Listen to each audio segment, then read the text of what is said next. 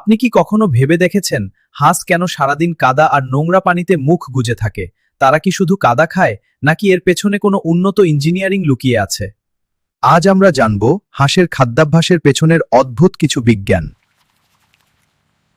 হাঁসের ঠোঁটের দুই পাশে লক্ষ্য করলে দেখবেন ছোট ছোট চিরুনির মতো দাঁত আছে।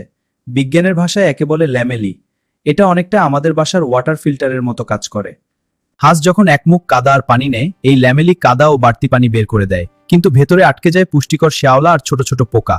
অর্থাৎ ময়লা ফেলে দিয়ে তারা শুধু ফ্রেশ খাবারটাই ভেতরে নেয়। মজার ব্যাপার হলো, হাঁসের কিন্তু আমাদের মতো চিবিয়ে খাওয়ার দাঁত নেই, তাই তারা মাঝে মধ্যে ছোট ছোট নুড়ি পাথর গিলে ফেলে। অবাক হচ্ছেন?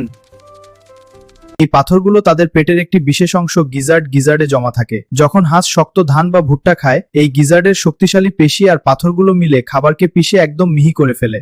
জানেন কি, হাঁস কিন্তু মানুষের চেয়েও ভালো রং চিনতে পারে। তারা বিশেষ করে উজ্জ্বল সবুজ এবং লাল রঙের খাবারের প্রতি বেশি আকৃষ্ট হয়,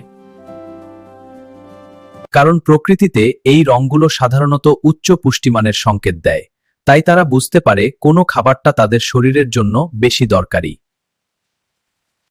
তাহলে বুঝতেই পারছেন, একটা সাধারণ হাঁস খাবার খাওয়ার সময়ও কতটা নিখুঁত বিজ্ঞান মেনে চলে। প্রকৃতির এই ক্ষুদ্র ক্ষুদ্র কারিকুরি আসলেই বিস্ময়কর।